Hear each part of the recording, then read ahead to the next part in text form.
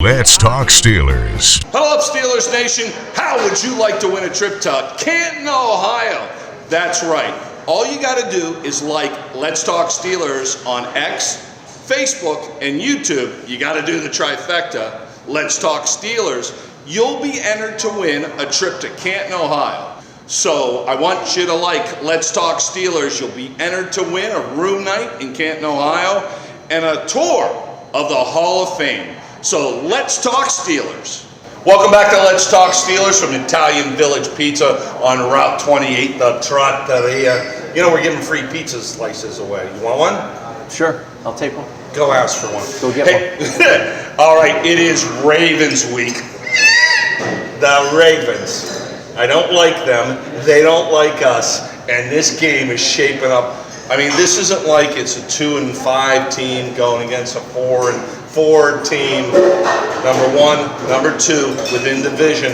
Fortunately, we got the Ravens here for the first time. Let's talk about them offensively.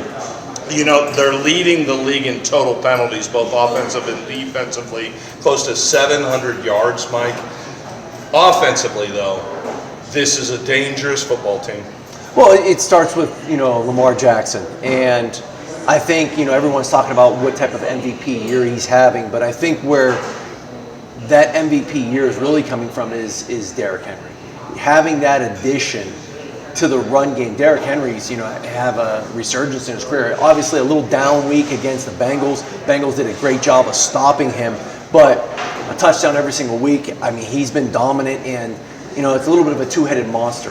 The Steelers are going to have the hands full. They're going to have to stop that run game and force Lamar to try and throw from the pocket with a little bit of pressure. You don't want to just let him get outside the pocket and be able to make all those plays, but you don't want to give him all day. That's where Cincinnati kind of went wrong.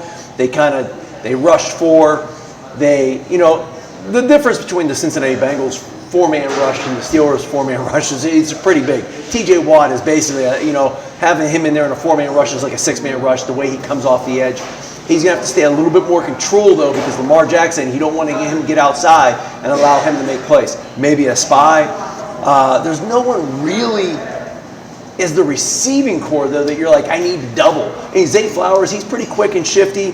Bateman's a big body receiver, but you're not like, not overly Nobody scared of scares him. you. Mark Andrews is the guy that can kind of get open with the play-action pass, but no one's really scared. Even like Deontay Johnson now, and he hasn't been on film. He's new. He's been there for a week now. Play him. I want him to drop balls all day long. And the thing is, he's still going to learn a system. He came from Pittsburgh. Now all of a sudden, he went to Carolina. He had to learn that system. Now he's trying to learn, Todd Monken's system in Baltimore. Can he get up to speed on all that stuff? Is he a threat where you're like, I'm really worried about him one-on-one? I'm more worried about Zay Flowers than I would be about Deontay Johnson. So I think the key to the Ravens offense, and obviously why they're having so much success, is Lamar Jackson with Derrick Henry. Here's the thing, and you put some Heinz ketchup on this and eat it up, baby. Rosengarten, you know who he is? He's the rookie right tackle for the Ravens, and he's got to go up against TJ Watt this week. That's a heck of an assignment for a rookie. They got to get that big guy, fullback at 6'3", 300. Ricard. I call him Ragnar, like a Viking, man. 6'3", 300 pounds, playing fullback. Well, he's like an extra offensive guard on the field. They're going to have him. They'll have Mark Andrews, a little chip in on the way out. Maybe, I don't know, is Isaiah Likely? Is he back or not? I don't know. But they'll definitely get Patrick Ricard involved. Mike, you mentioned about spying Lamar Jackson. Let's face it, he is dangerous with his feet. If he gets outside that edge, you play the game at the highest level. Nobody ever spied you, I'm sure of it, that you were going to get around the insult intended there. But is it plausible to have Patrick Queen eye spy on Lamar Jackson? What does that do to your defense? What does it do to your offense?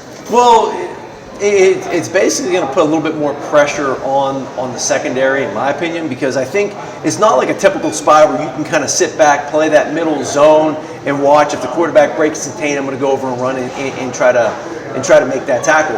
If Lamar gets you in space within, like that 5-yard range, he's going to make you look silly. So that spy is going to have to be a little bit more hug up against that defensive line, and as soon as he breaks, he's going to have to really kind of curve the D-line and be right there. You don't want to get him a vertical two-way go on you, because that's what will make you silly. So if you see him kind of hug up against the D-line, Lamar pushes out, he can kind of curve that D-line and use the sideline to his advantage, kind of push him that way. But what you don't want to do is sit back and wait and then allow him to kind of get outside and contain, square up on you, and then have that two-way go. You saw what happened with Cincinnati last week when he got outside the left tackle. He got on the sideline, tiptoed down the sideline. Cincinnati gave that game away. They had that one in the bag. It was 21-7. It was 21-7. In the third quarter, and then all of a sudden, Chase Brown, he drops a pass in that series, and then he puts the ball on the ground, gives them an opportunity with the short field. They capitalized. The Ravens would capitalize on that short field. And then, once again, the Ravens had them. It was I believe it was 3rd and 6, and they just threw a 5-yard quick out. 5-yard speed out, and it ended up being Lamar Jackson's longest pass of his career. 70 or 80 yards, some touchdown. He was gone. But it was a speed out, and it wasn't anything spectacular. They just jumped it, and he couldn't tackle. They did not make the tackle. The Pittsburgh Steelers need to play a little soft. Here's the thing: stop the run. Don't give up the deep ball. Don't give up the big play. Stopping the run is what I really like. Look, it's happening before all our eyes. Cam Hayward went down to St. Augustine, drank out of the fountain of youth. He is ageless. He is having one heck of a season. Well, they talked about that. Mike Tomlin actually challenged Cam Hayward. They talked about that in the broadcast, and he said, "Listen, I don't know if you can still play it for us anymore." And Cam Hayward stepped up and really he took it personal, but it wasn't in a personal. I'm mad at the coaches. I'm just going to prove you wrong and show you that I can still play this game. So again, don't give up that big play in the passing game. Go ahead, give up the underneath stuff. Just make the tackle. Don't get fancy.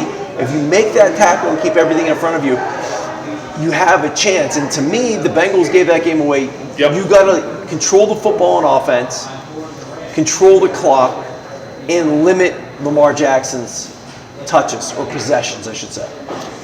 Add to that defensive line. Messing with Cam Hayward's head is kind of like you see these videos of people in Africa, and they go up and they poke an old rhino, and the rhino's like, yep. Go up and poke the rhino again, the rhino's like, uh-huh. The third time you poke the rhino, you get mauled. What stations are you watching, Randy? I like Animal Planet. You throw in Big Bad Wolf Benton, too. This kid is coming along, Ogunjobi, and of course, you have T.J. Watt as we go into this game with the Ravens. Alex Highsmith, who is having a solid season, out with an ankle injury. However, Nick Herbig is back in action this week.